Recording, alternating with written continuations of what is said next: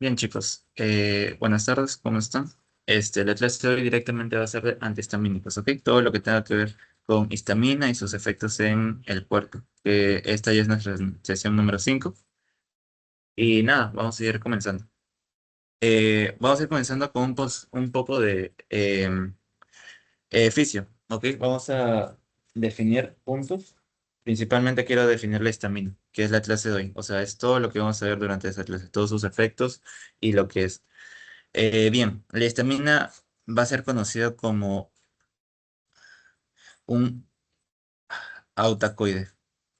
¿Qué es un autacoide? Cuando yo hablo de autacoide o cuando ustedes digan un autacoide, quiero que se refieran como un mediador, un mediador local de la inflamación o directamente de un proceso fisiológico protector de nuestro cuerpo. La histamina principalmente es una amina, ¿ok? Es una amina que conforma este gran grupo de los autacoides. Su principal función directamente es la de protección de nuestro cuerpo, pero siempre a nivel local. Porque si sobrepasa este efecto, si llega a sobrepasar estos efectos, directamente vamos a ver los principales efectos adversos, que ya los vamos a ir viendo durante la clase. Así que, bueno, ya definiendo lo que es la histamina. Vamos a ver directamente cómo se libera, cómo es su proceso. Ustedes conocen que las histaminas son liberadas de una célula en específico, conocidos como los mastocitos. ¿Ok? Los mastocitos se encuentran directamente por todo nuestro cuerpo, principalmente en piel. Y los mastocitos previamente tienen que ser señalados por inmunoglobulinas. ¿Cuál es? Tipo E. Gracias a esta inmunoglobulina que está relacionada con las alergias, se va a desatar lo que es el proceso de liberación de histaminas. Se liberan las histaminas. Esto es histamina. Ahora, ¿cómo se libera? ¿Cuál es el proceso en sí? Digamos lo que vamos a excitar a la célula mediante alérgenos. José, ¿cuáles alérgenos, digamos?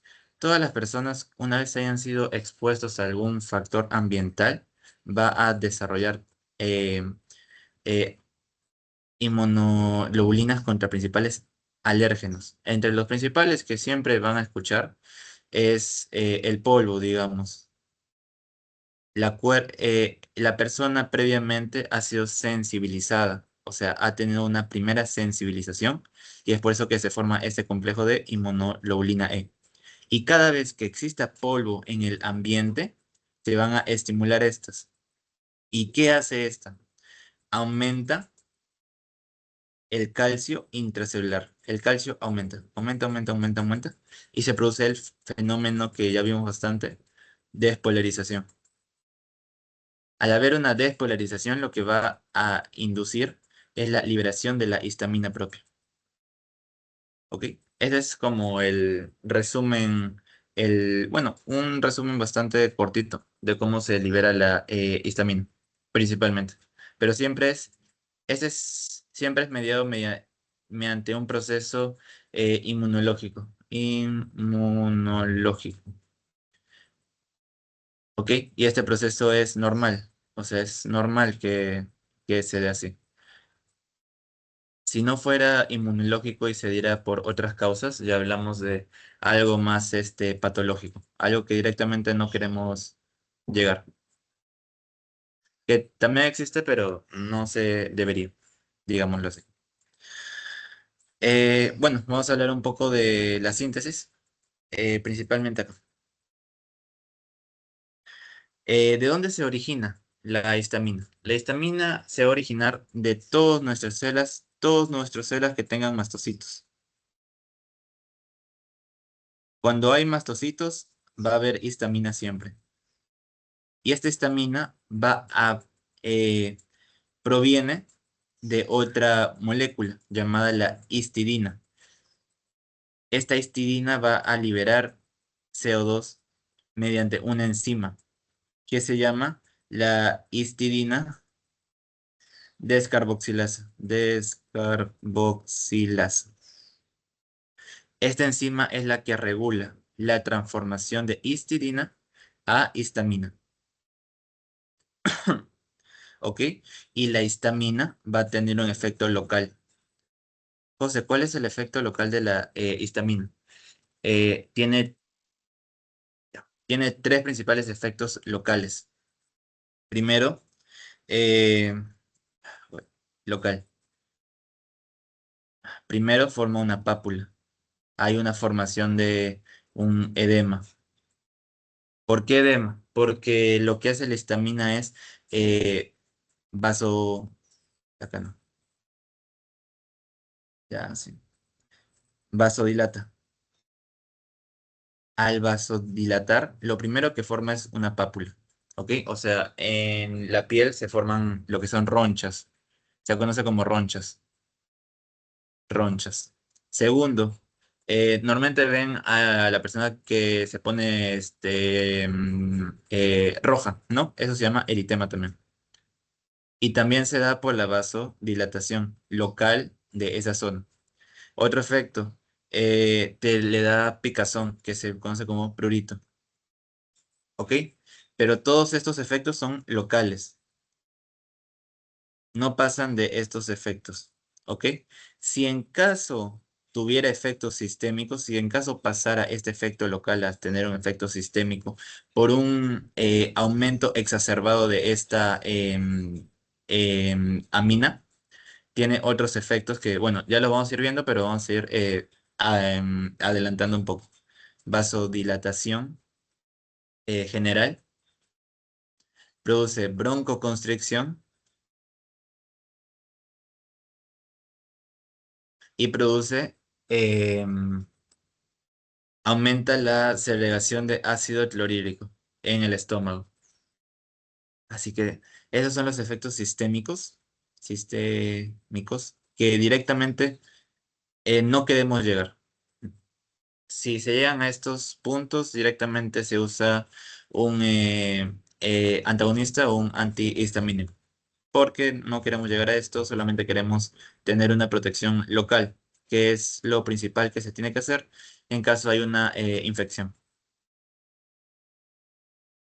O la exposición de un alérgeno, que es algo normal, es normal en todos los humanos. Ya, seguimos. El metabolismo de la histamina. La histamina tiene dos principales metabolismos. Hay dos principales ramas a los que llega.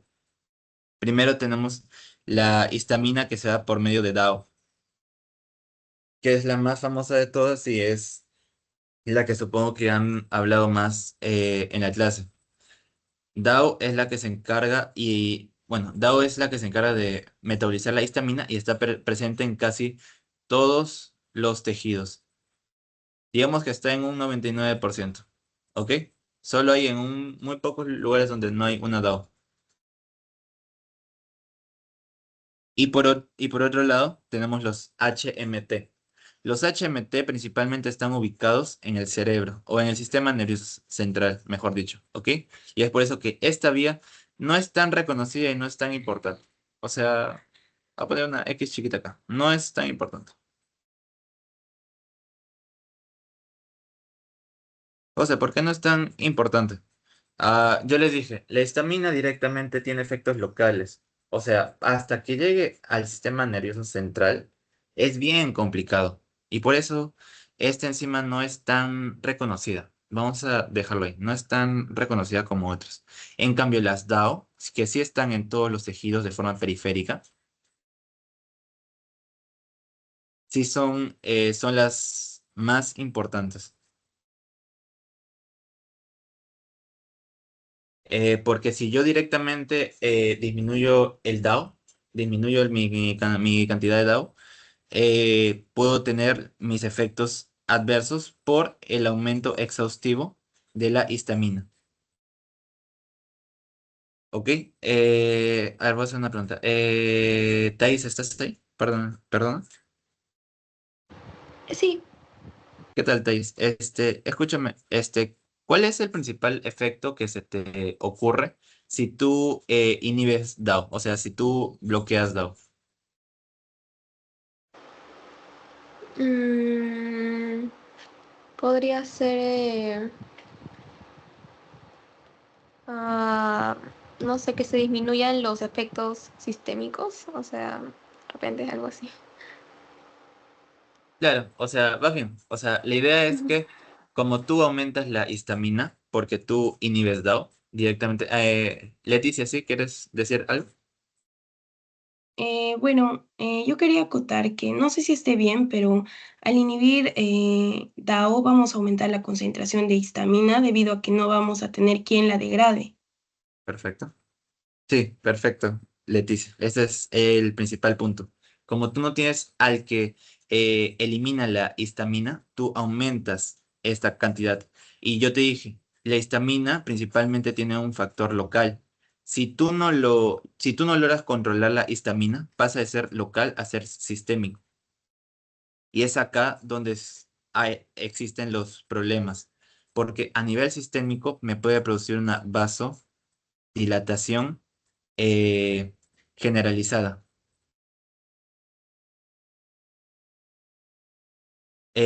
Leticia, por alguna razón, ¿sabes por qué es malo una vasodilatación? En todos bueno, en todo tu órganos.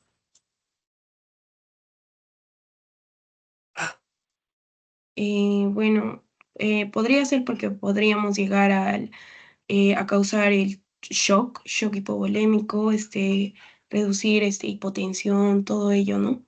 Perfecto. Gracias, Leticia. Perfecto. Tienes una muy buena idea. O sea, si tú vasodilatas, o sea, si tú llegas a una vasodilatación muy general en todo tu cuerpo, normalmente tu sangre tiende a estar en todos los cuerpos, o sea, no, o sea, en todos los órganos, vamos a decirlo así. Si tú abres los vasos, vas a hacer que toda tu sangre por gravedad caiga. Entonces, si toda la sangre por gravedad caiga, no va a haber el suficientemente flujo sanguíneo para lo que son principalmente el miembro superior, ni para lo que es el cerebro. Y esto es lo preocupante. El cerebro, por ejemplo, al no tener oxígeno por más de 5 minutos, va a producir muerte. Y es lo que nos preocupa y también puede llegar a un shock. Entre otros ejemplos, puede producir broncoconstricción.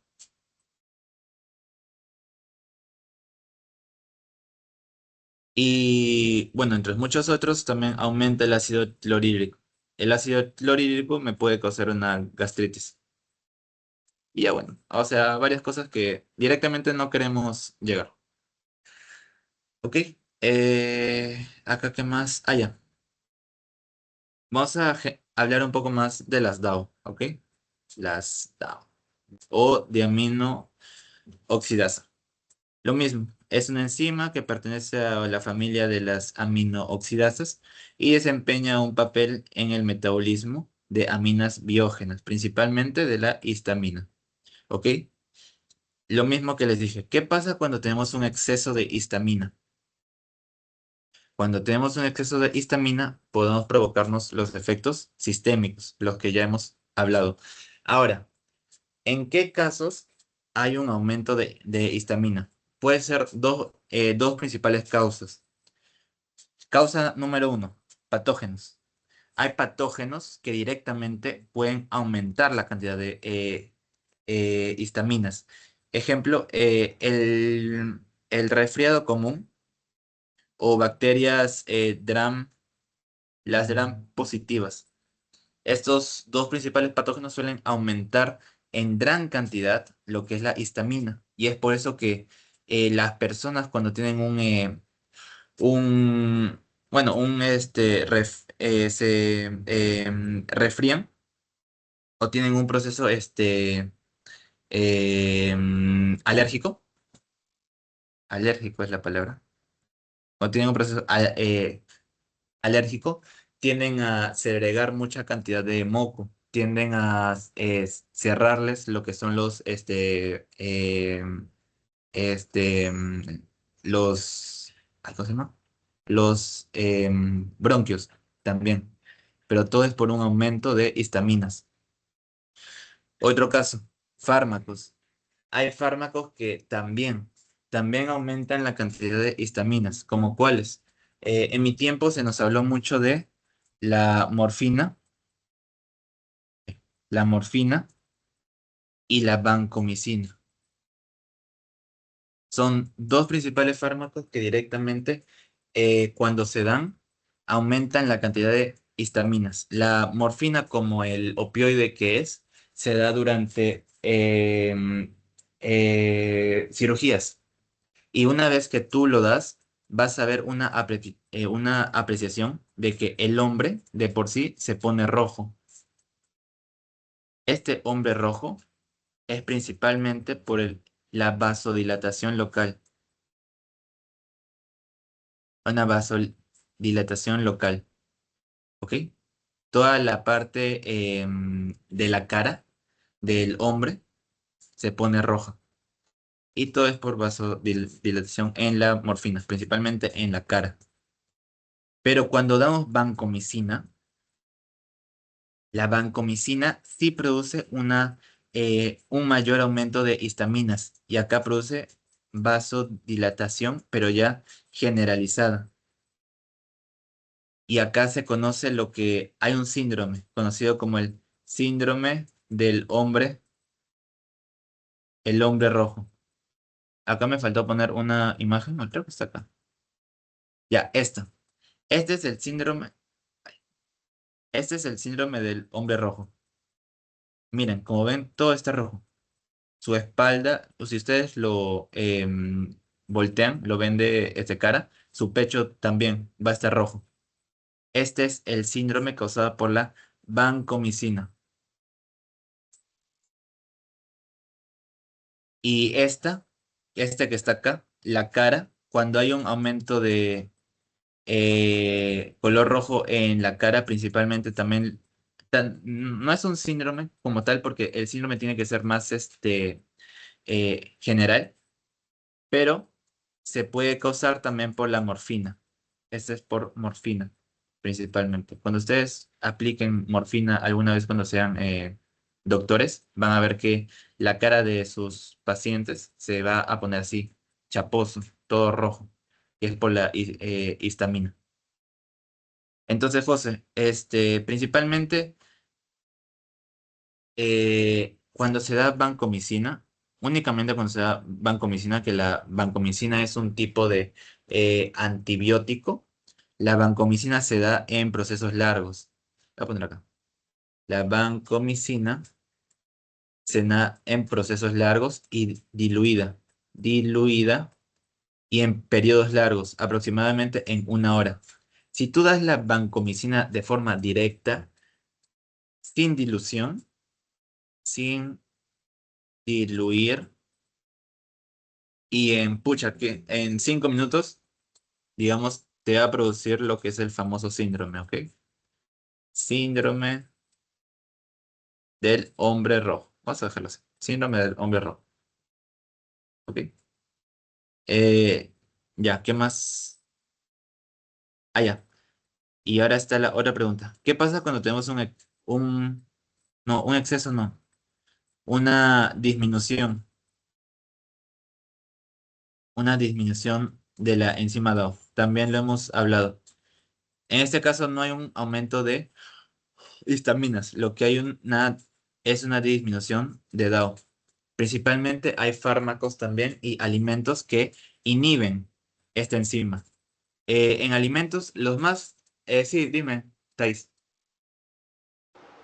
Sí, José, un favor, ¿puedes volver a repetir la parte de diluida, eh, Ah, ya. Sí, sí, sí. ajá, del hombre rojo, por favor? Mira, la vancomicina. Acá. La vancomicina es un antibiótico, ¿ok? Lo vamos a ver más en la semana 10, así, aprox. Pero el punto es que tú entiendas es que la vancomicina, al ser un antibiótico, normalmente se da cuando un paciente tiene una infección. Y tú sabes, mientras más rápido mates a un patógeno, pues menos efectos malos tienes. Entonces, hay antibióticos que sí se pueden dar de forma rápida por vía intravenosa en una sola dosis. En una sola dosis y pucha, o sea, tú le das, inyectas y ya está. O sea, no hay ningún problema, digamos. Pero el punto con la vancomicina es que la vancomicina suele aumentar mucho lo que son las histaminas en el cuerpo. Entonces, la forma de administración de la vancomicina principalmente se da diluyéndola con, con el NCL, ¿no? el NA, agua, que se da hay hay un líquido que se va junto con otros fármacos, el suero, ahí está, se da junto con suero, se diluye primero en suero y luego se coloca una vía que va a hacer que la vancomicina sea administrada durante una hora.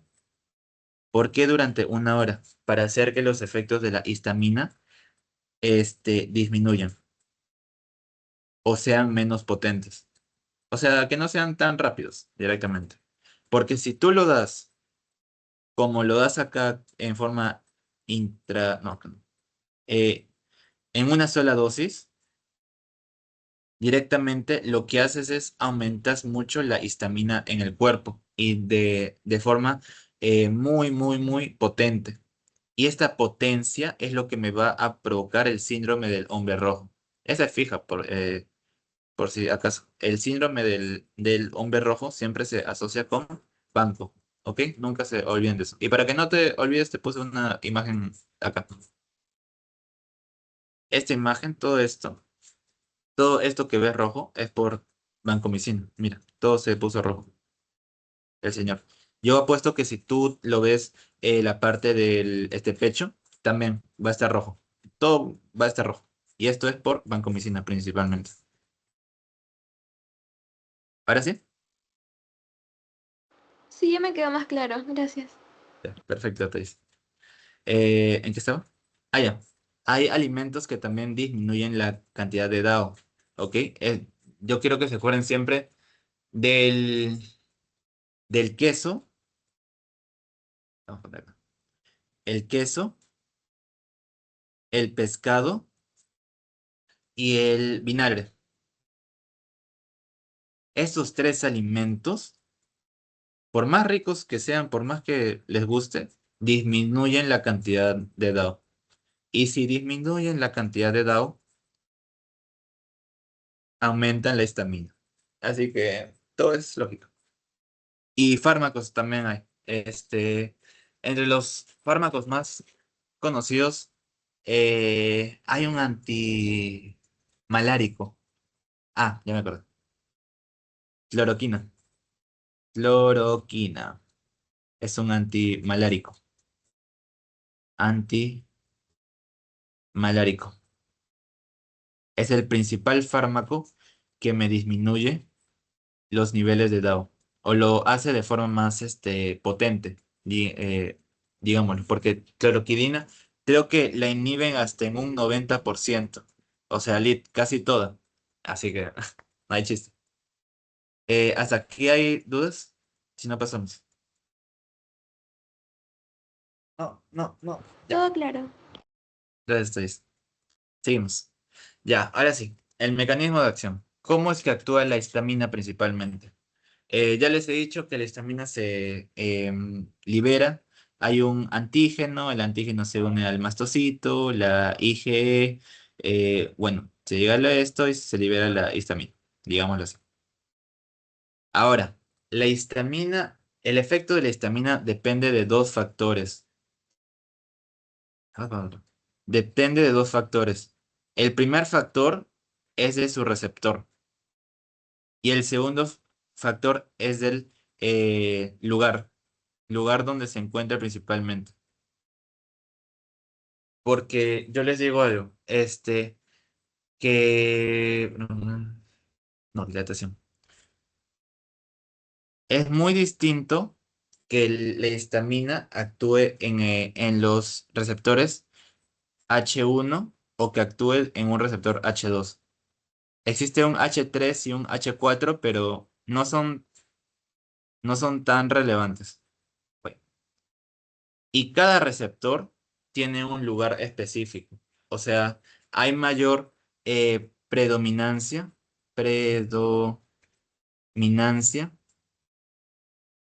en ciertos lugares, digámoslo así. Y bueno, vamos a ir viendo el efecto de cada receptor. ¿Ok? Ya, vamos a comenzar. Primero, el H1. Cuando piensen en receptor histamínico 1, quiero que principalmente piensen en un efecto rápido, en un efecto potente.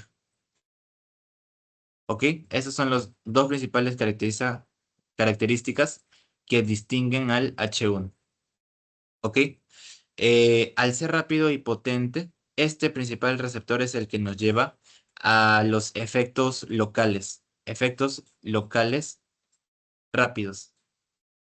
Pero de la misma forma, si tú no llegas a controlar estos efectos locales, pasan a ser efectos sistémicos y rápidos.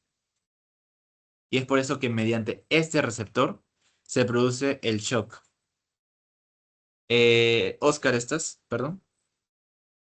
Sí, sí, sí estoy. ¿Qué tipo de shock causa la histamina? ¿Sabes? ¿Y shock anafiláctico, si es que no me equivoco? Perfecto. ¿Cuál es la característica? Que básicamente se genera, si es que no me equivoco, broncoconstricción, en este caso. Perfecto. Perfecto, Oscar. Gracias. Gracias, más bien. La principal característica del shock anafiláctico es la broncoconstricción. ¿Ok? Bueno, y además de la dilatación de los vasos y, bueno, cosas de que el shock siempre normalmente produce. Digámoslo así. Estos dos efectos son los principales efectos que me van a dar mi problema. Primero, la broncoconstricción, que es el más importante. Si yo broncoconstruyo, me va a dar periodos de disnea. Disnea es la dificultad para respirar. Entonces, ustedes normalmente cuando ven a una persona que tiene un ataque alérgico, les van a decir o ¿cómo se dice? La persona suele decir que les falta el aire. ¿Por qué les falta el aire? Si directamente no tienen ningún golpe o no han sufrido ningún trauma en lo que es el pulmón o otra cosa. No, pero lo que produce es que los bronquios se cierran, ¿ok? Y al cerrar estos bronquios de forma tan rápida, me puede llegar a producir lo que es el shock. Eh, y por eso, Thais, ¿estás? Sí, ¿Cuál es el principal fármaco que se usa contra shock anafiláctico? Lo vimos en sistema nervioso autónomo, me parece. eh, No te preocupes si no sabes. sí, salbutamol. No, No, no me acuerdo. Epi. Ah, ciclina. ¿Recuerdas por qué? Eh, mm, no, Acá no me te... acuerdo.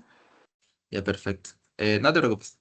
Ya, mira, la EPI tiene efectos en tres receptores. Vamos a hacer un poco de memoria. EPI suele tener efectos en tres receptores. Alfa 1, beta 1 y sobre todo, y el más importante que queremos que exista acá, beta 2. Beta 2 lo que hace es dilata los bronquios y elimina este efecto tan peligroso que hay en un shock anafiláctico. ¿Ok? Ese es el principal efecto. Y por eso, normalmente cuando una persona tiene este tipo de shock, le damos epinefrina. Ya, perfecto, chicos. Bueno, no saliéndonos del tema. H1 tiene su principal mediador es la proteína G. ¿Qué proteína G? La GQ. GQ principalmente, bueno, ya haciendo memoria un poco, estimula lo que es fosfolipasa C. Y la fosfolipasa C lo que hace es aumenta IP3 y aumenta el DAG. Y este DAG y este IP3 lo que hace es aumenta el calcio intracelular. Y ya bueno, y el calcio intracelular es el que nos dan los principales efectos. En un rato vamos a ver los efectos de cada uno. Tengo un cuadro que está mejor explicado los efectos. Así que aquí solamente quiero que vean cómo se desarrollan. Seguimos con H2. Si yo te dije que H1 es rápido y potente, H2 tiene un efecto lento. Lento y sostenido. O sea, no es algo tan explosivo como H1. Es más lento. O sea, su acción es más lenta, pero tiende a estar por más tiempo en el cuerpo. Por eso cuando hablamos de una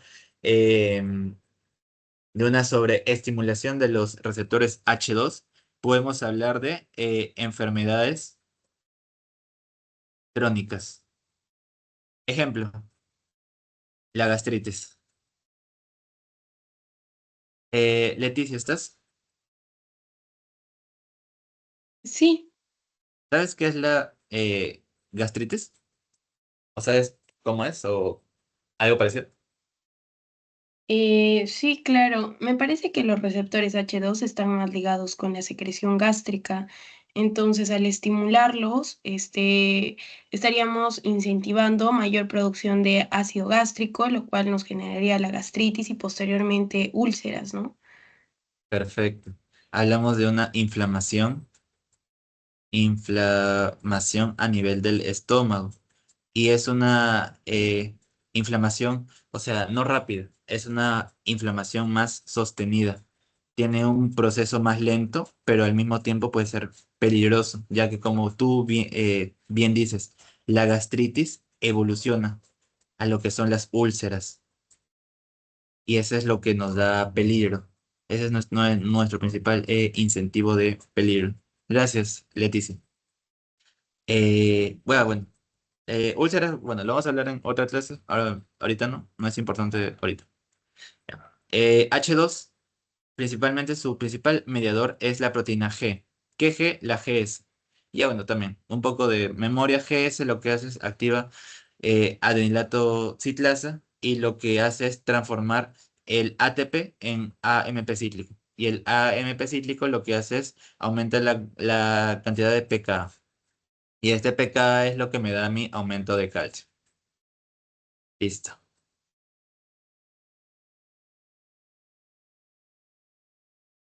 Acá. Ya. Esta parte es importante. No, aún no. Ya. ¿Hasta acá, chicos, alguna pregunta de lo que hemos visto de esto? No, todo bien, todo bien. Seguimos. Ya, seguimos. Ahora sí. Los efectos farmacológicos de cada receptor. Esta parte sí es importante. Tienen que definir bien dónde es la prevalencia de cada uno. ¿Ok? Si pueden tomarle una captura a este cuadro sería perfecto. Este cuadro lo hice yo en mis tiempos para una clase de práctica, me parece. Y pucha, es o sea, súper exacto, directamente. Dice dónde exactamente están los receptores y todo. Bueno, se los voy a ir explicando. Tenemos receptores H1 y H2 en los vasos sanguíneos. ¿Ok? Como saben, en los vasos sanguíneos lo que va a producir es una vasodilatación en ambos campos. ¿Cuál es la principal diferencia? Es que H1 va a estar o se encuentra en el endotelio vascular, y H2 se va a encontrar en el músculo liso, igual vascular. Pero como ustedes saben, el que tiene un efecto más rápido sobre entonces, el diámetro de los vasos es el endotelio, porque el endotelio es la primera capa que está en contacto con la sangre, pues. O sea, Ustedes saben que el endotelio es una única capa de células que contiene la sangre. O sea, el endotelio es el que me va a dar principalmente mis efectos rápidos. Y se da principalmente porque activa lo que es el óxido nítrico. O sea, tú estimulas H1 en el endotelio para liberar óxido nítrico. Y este óxido nítrico me va a producir la vasodilatación. Seguimos. H2. H2, como estimula el músculo liso vascular, el músculo liso es o sea, es un tejido, pero está más externo. No es el primero que está en contacto con la sangre. Y es por eso que tiene una vasodilatación más sostenida y más lenta. ¿Ok? Seguimos. En el corazón. Principalmente quiero que asocien al corazón con H2, ¿ok? Porque cuando hablamos de H1 en el corazón, habla de efectos mínimos. Ay, claro, un efecto directo mínimo. O sea, no es tan predominante, ¿ok? Pero cuando se activa por H2, sí hay un aumento de frecuencia cardíaca, lo que se conoce como el cronotropismo positivo, y hay un aumento de la contracción, que es el inotropismo positivo. Así que el corazón principalmente asócienlo con H2. Principalmente. O sea, no es que H1 no exista, solo que no es tan relevante. Acá sí. Cuando yo les hablo de bronquios, asócienlo siempre a H1. En H1 lo que me va a producir es una broncoconstricción, medida y de la misma forma, músculo liso. Esta broncoconstricción, bueno, ya es un poco de decir lo mismo, produce lo que es la disnea y me puede producir un shock anafiláctico que ya bien le dijo su compañero. Este es H1. La parte gastrointestinal. Este es bien curioso, porque H1 tiene la principal función de contracción del músculo liso intestinal. O sea, directamente lo que hace es estimula la, ¿cómo se llama? La motilidad. Motilidad. O sea, produce que los alimentos se muevan en la parte del tracto digestivo. Cosa contraria pasa con H2. Cuando hablamos de un efecto de H2, como dijo su compañera hace un rato, estimula de forma potente las células parietales. Si tú estimulas las células parietales, lo que haces es aumentas la cantidad de HCl, ácido clorhídrico, me puede llegar a una gastritis y esto me puede producir una úlcera. Ya, acá está el efecto H1 y H2. Sistema nervioso central, principalmente por H1. ¿Qué hace H1? Incrementa el estado de alerta. Dato curioso. Ustedes antes de levantarse, se produce, eh, hay 10 minutos antes de que ustedes se levanten, hay un pico. José, ¿un pico de qué? Hay un pico de histamina. Hace que el cuerpo esté en estado de alerta y por lo tanto lleva a que tú te despiertes. Este pico suele disminuye con lo que va del día hasta que llega la noche. Y en la noche tú para dormir normalmente estás en un proceso de relajación. Y es por eso que en la noche se asocia con una disminución de histamina. Uy, creo que no sé. Bueno, creo que sí será un poquito. Ya. Y por último tenemos las glándulas. Principalmente glándulas salivales. Hay otras glándulas, sí, pero las salivales de las más completas. La salival principalmente está estimulada por receptor H2. ¿Ok? Normalmente si tú estimulas las glándulas, tiendes a segregar mayor cantidad de glándulas. Bueno, mayor cantidad de saliva, en este caso. Pero recuerden, no solamente se estimula glándulas salivales, también las glándulas gástricas que ya vimos antes. También hay glándulas eh, de, de moco, conocidas como las células calciformes. ¿Ok? Así que no únicamente son las salivales, hay tres, hay también la gástrica y también está la del moco.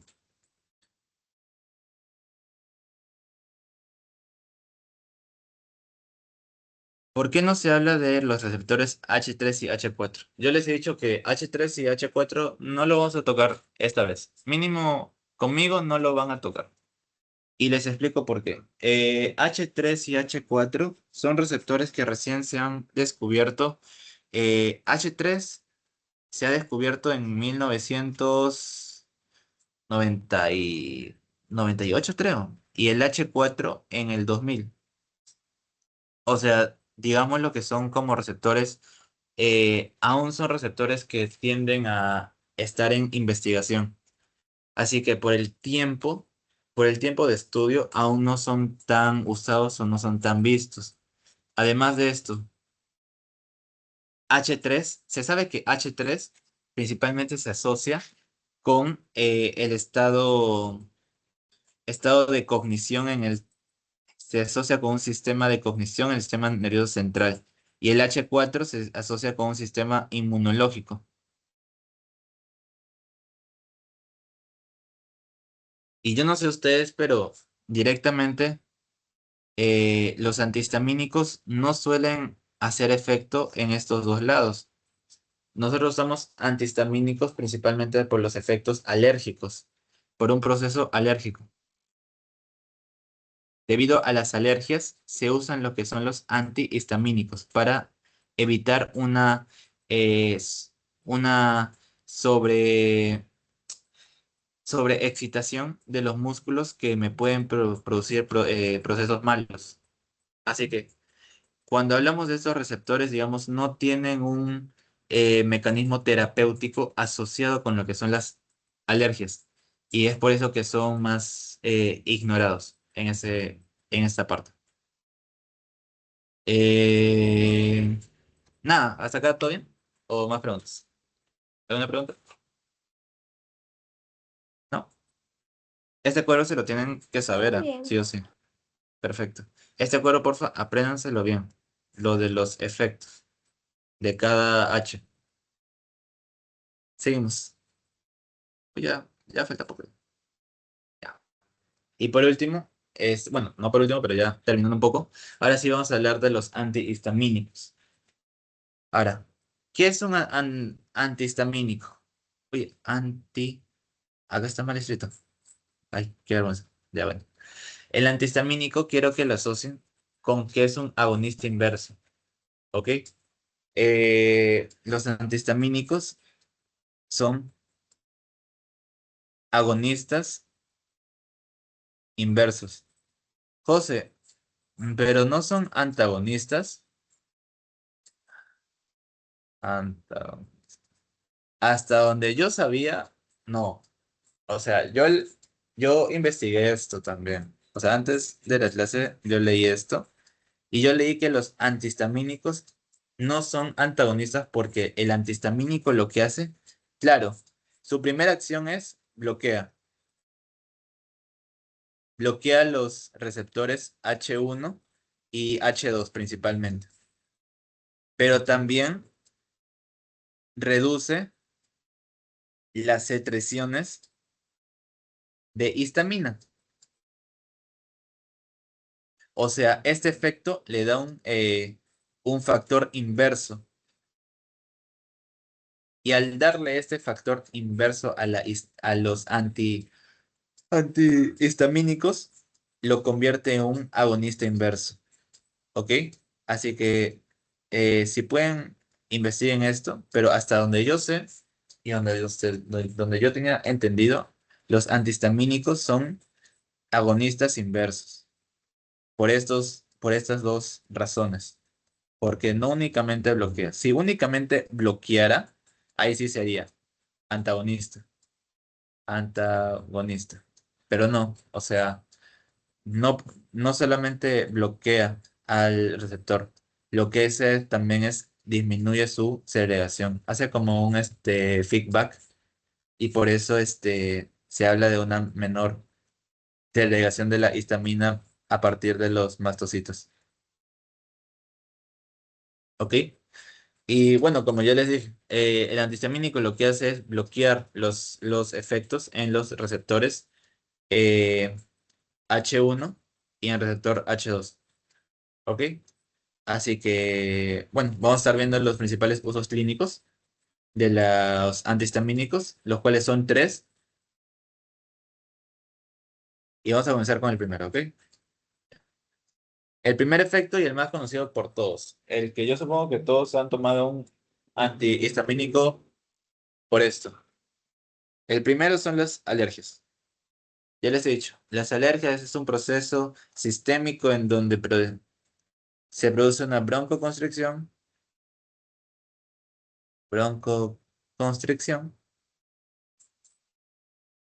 más una vasodilatación. ¿Ok?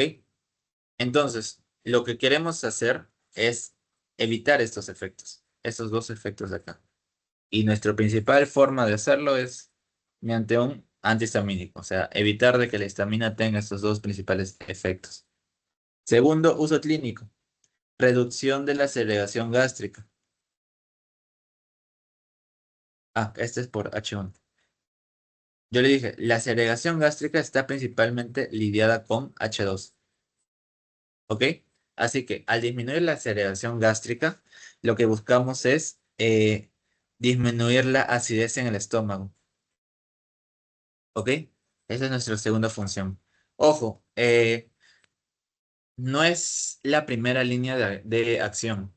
Hay mejores fármacos que me pueden ayudar a disminuir esta acidez, como los IBP o inhibidor de bomba de protones. Pero si en caso los IBP no funcionan,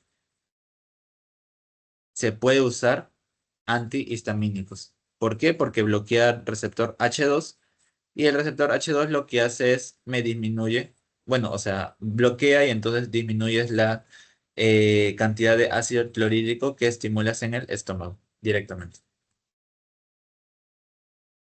Y el último uso, que este sí, eh, no, sí es usado, ya me acuerdo.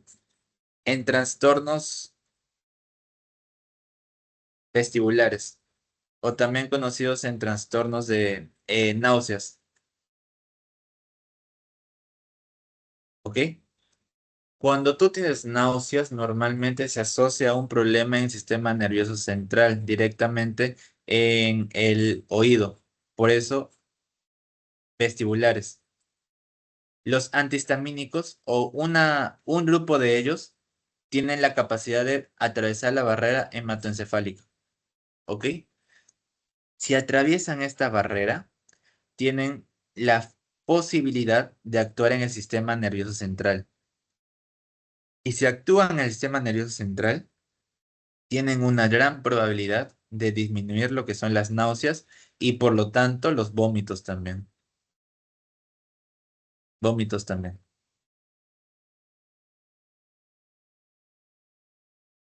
Ya, esos son los tres principales ejemplos que quiero que se acuerden siempre. Ahora, los antihistamínicos se dividen en dos grandes familias. Los de primera generación y los de segunda generación. Cuando yo les hablo de un antihistamínico de primera generación, yo les hablo de un antihistamínico que es lipofílico.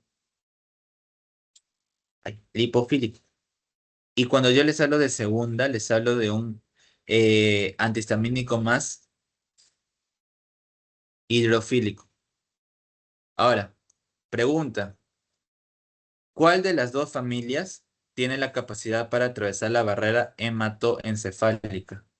Oscar, ¿estás? Sí, sería la primera de primera generación, ya que son lipofílicos en este caso. Perfecto. Los de primera generación tienen la capacidad de atravesar la barrera hematoencefálica y por lo tanto tienen efectos a nivel del sistema nervioso central. Ahora, esto es bueno y malo. Bueno porque ya vimos, tiende a tener un efecto sobre las náuseas y el vómito, ¿no? O sea, por esta parte es perfecto, nos ayuda. Pero hay otro punto. Estos fármacos de primera generación también al actuar en el sistema nervioso central pueden provocar somnolencia, ¿ok? Provocan somnolencia y por lo tanto, una vez que a tu paciente le das este fármaco, tiende a quedarse dormido. Los de segunda, como bien ya he dicho, son más hidrofílicos. Entonces, no producen efectos en el sistema nervioso central. Por lo tanto, no hay somnolencia, pero tampoco hay efectos buenos, como en caso de las náuseas. No puede disminuir estos efectos, ¿ok? Y si lo hace es porque es muy específico, ya que pucha, ya le diste algo tan específico que sí pudo atravesar la barrera, pero normalmente no, porque normalmente no llega al sistema nervioso, ¿ok? Quiero que se lo aprendan bien, porque este cuadro lo preguntan siempre. El doctor, creo que es el doctor Salazar, normalmente pregunta sobre la clasificación de las familias, o sea, la clasificación química de cada una. Acá tenemos la primera y la segunda generación. Acá están los ejemplos. Esas son las familias. Tenemos 1, 2, 3, 4, 5 y 6. 6 tipos de familias según clasificación químicas. Y cada familia tiene su propio fármaco, ya sea en primera o en segunda generación. ¿Ok? Esto es más memoria. Es full memoria esto de acá. El que principalmente tienen que aprenderse es flor, cetiricina, lora, fenoxi, am, metricina, fenil, anta, prome y sí, ciproheptidina también. O sea, si se le prende todo el cuadro, sería lo mejor, la verdad. Porque este cuadro siempre lo preguntan, porque siempre es importante para el doctor saber la clasificación según los grupos. ¿Ok? Esto es más memoria, o sea, no se los puedo enseñar porque es memorizarse los fármacos, en qué familia está cada uno. Eso está en su PPT. Este cuadro es de su PPT. Pero si quieren, tómenle foto. Tienen 5 segundos. 5, 4, 3, 2, 1. Ya. Seguimos. ¿Hasta aquí tienen dudas o todo bien? Sí, todo bien, todo bien, todo bien. Ya, seguimos. Ya, y es el último PPT. La clase de hoy es súper corta. Ya, por último. Mecanismo de acción ya no, ya, porque ya hemos hablado. Es un agonista inverso. Vamos a hablar de la cinética y de la dinamia. ¿Ok? Un poco de lo que ya les he hablado. Primero, en cinética, vamos a ver la comparación de la primera y de la segunda generación. Como su bien su compañero ya dijo, gracias Oscar, más bien no sé si te dije gracias. La primera eh, tiene la capacidad de atravesar la barrera hematoencefálica. La segunda no. Pero miren, la segunda tiene la unión a proteínas plasmáticas muy elevadas. Y es por esto que normalmente cuando se da a un paciente un antihistamínico de segunda generación, normalmente se da una pastilla al día, porque su tiempo de vida media es de 12 hasta las 24 horas. Y esto es porque tiende a quedarse en el cuerpo mucho tiempo. Tiende a estar en el cuerpo porque se une de forma fuerte a las proteínas plasmáticas.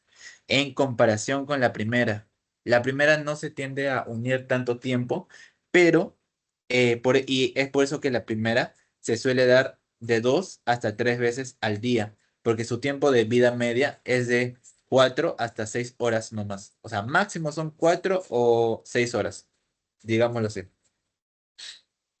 Mira, acá tenemos tiempo de vida media prolongada. No. Eh, Concentración estable en 2 horas. Acá es el metabolismo hepático y excreción renal. Acá lo mismo. Metabolismo hepático y excreción renal. La dinamia ya lo hemos hablado. Todos son considerados como, o la gran mayoría son considerados como agonistas inversos, porque tienen dos efectos. Uno, bloquea. Y dos, disminuye la cantidad de histamina. ¿Ok? ¿Qué más acá? ¿Qué más acá? Ah, ya, acá yo les puse unos ejemplos también de los de primera generación contra los de segunda. O sea, ¿cuáles son los más conocidos? Pero quiero que mejor se aprendan el cuadro que está acá. ¿Sí? Este cuadro sí quiero que se lo aprendan. Es el que más les van a preguntar. Acá yo les puse un ejemplo, ¿no? No es tan exacto. Eh, a ver. Ambos tipos de antihistamínicos son útiles para el tratamiento de alergias, pero los de segunda se prefiere en situaciones donde no quieras una sedación o efectos secundarios anticolinérgicos. ¿Por qué anticolinérgicos? Como dato, los antihistamínicos de primera generación causan efectos anticolinérgicos, o sea, disminuyen la parte del sistema parasimpático por la parte de la colina. Y esto es también porque, bueno, atraviesan la barrera hematoencefálica y tienen efecto en el sistema nervioso central. O sea, todo efecto que hablen del sistema nervioso central, asócienlo, por favor, asócienlo con que es de primera generación. ¿Ok? Eso siempre. Pero en caso, acá me faltó poner, en caso tú no tengas un proceso tan grave, o sea, cuando tú tengas un proceso agudo, normalmente serán los de primera generación. ¿Ok? Porque un proceso agudo no pasa más de las 12 horas. No más de las 12 horas, digámoslo así. O sea, tú no quieres tener al fármaco tanto tiempo en tu cuerpo. Entonces, al no pasar estas 12 horas, es perfecto. Y además que no tiene una unión a proteínas altas, cosa que sí pasa con los de segunda. Cuando tú das un fármaco de segunda generación, tú te arriesgas a tener el cuerpo, bueno, a tener al fármaco mucho tiempo en el tiempo. No, mucho tiempo en el cuerpo. O sea, tienes una mayor duración de este fármaco. Y yo una vez les dije, los fármacos no son del todo buenos. Digamos, mientras menos fármaco tengas en tu cuerpo, es mejor, porque de por sí es un agente extraño que tiene efectos en el organismo. Entonces, mientras más rápido se elimine, mejor. Y es cosa que es algo que no pasa con la segunda generación. No se elimina tan rápido. Y es por eso que también tiene sus cosas malas, digamos. O sea, no hay fármaco bueno y no hay fármaco malo. Y no hay generación buena y no hay generación mala. Directamente todo se asocia con el uso que tú le quieras dar. Si tú quieres un uso para un caso agudo, yo te recomiendo primera generación. Claro, capaz tu paciente le dé un poco de sueño y le dé efectos anticolinérgicos, pero es lo mejor a largo plazo, porque si tú le das fármacos de segunda generación, te estás normalmente arriesgando a que el fármaco esté por más duración en el cuerpo y a mayor duración también tienes más probabilidad de tener mayor cantidad de efectos adversos. Capaz no en el sistema nervioso central, pero capaz sí en otros lados. ¿Ok? Así que la terapéutica de estos dos es bastante peculiar. Vamos a decirlo peculiar. ¿Ok? Igual, no se aprendan la terapéutica aún. O sea, quiero que se aprendan los conceptos, que de eso trata el curso en sí. Ya. Un poco más por acá, de antihistamínicos. Y ahora, antihistamínicos específicos contra H2. ¿Cuándo hablamos de un antihistamínico específico contra H2? Normalmente hablamos de esto cuando el paciente tiene un problema gástrico, cuando el paciente tiene una úlcera, tiene una dispepsia, tiene una sedación gástrica, tiene una acidez. Entonces, lo que queremos es disminuir todo esto. Por eso se da para disminuir o inhibir de cierta forma lo que es la segregación ácida. Lo usamos cuando el paciente tiene una úlcera. Lo usamos cuando el paciente tiene algún problema en la parte gástrica que no lo deja comer. Esos son los principales efectos que tienen. Y bueno, acá también les puse ejemplos. La ranitidina, NISA y FAM son de los más usados. Lo mismo que le dije, los antihistamínicos son ampliamente usados en el tratamiento de trastornos gástricos, pero no son la primera opción. Ya les dije, hay mejores opciones que los antihistamínicos. Ejemplos, IBPs. Los IBPs son muy usados directamente. Cuando tú quieres disminuir lo que es la acidez en el estómago, tú das inhibidores de bomba de protones, porque lo que me hace es disminuye los hidrogeniones y lo que hace es aumenta el pH. O sea, hace que el pH sea más alcalino. Y esto me alivia mis efectos de una posible acidez. ¿Ok? Y ya por último de la clase, vamos a ver los efectos adversos. Que esto también son interesantes. Vamos a dejarlo así. Son bastante interesantes.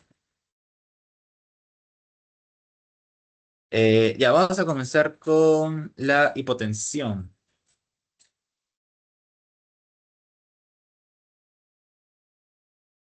Leticia, ¿estás ahí? Sí, Mira, yo te explico. La hipotensión se da por la vasodilatación, ¿verdad? sí. ¿Y por qué se produce taquicardia entonces?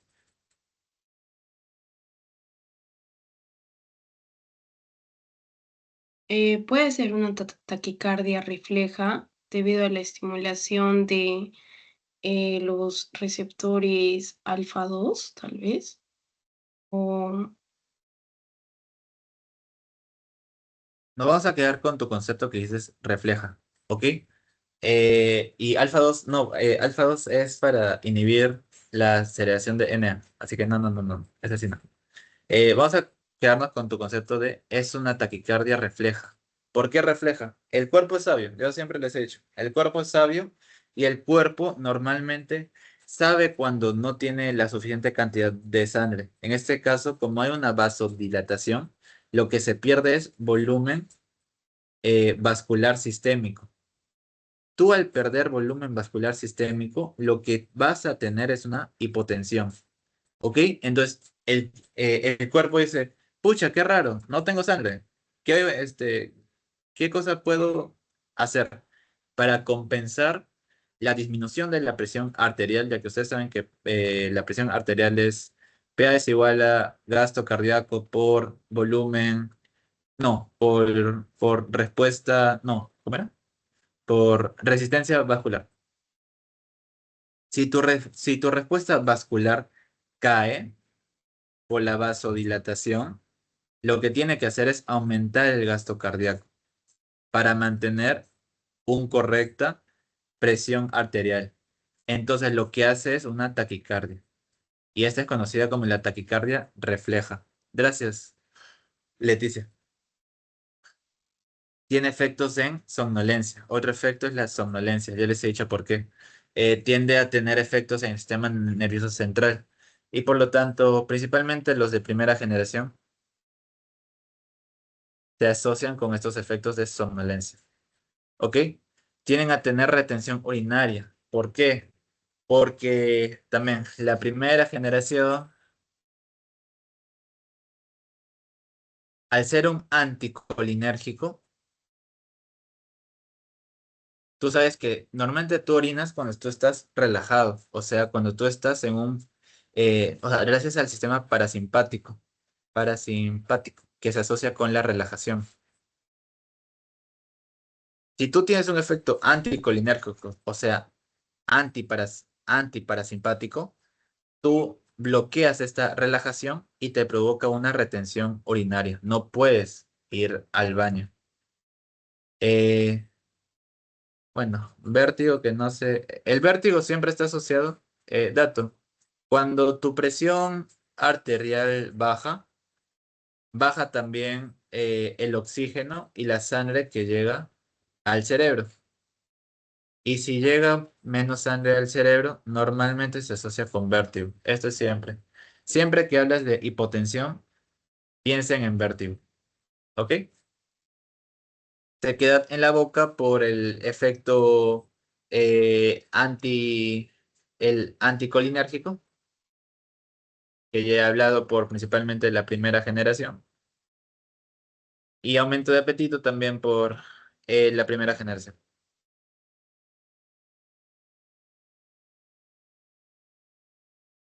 Bien.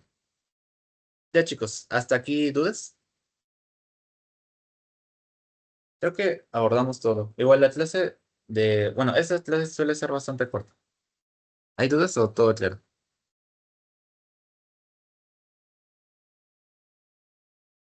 Todo claro. Perfecto. Entonces, nada, chicos. Gracias por su atención y le estoy pasando post-test.